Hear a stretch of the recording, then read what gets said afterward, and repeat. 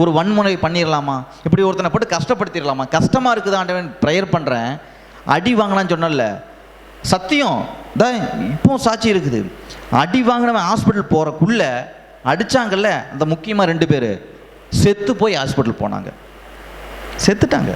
அடிபட்ட ஒருத்தன் spot out, ஒருத்தன் ஹாஸ்பிட்டலில் போய் அவுட்டு. நான் என்ன சொல்ல வரேன் அப்படின்னா, கர்த்தர்கிட்ட நான் பாருங்க, இவங்க போனதெல்லாம் எனக்கு சந்தோஷமே கிடையாது. வாழணும் பாவம்.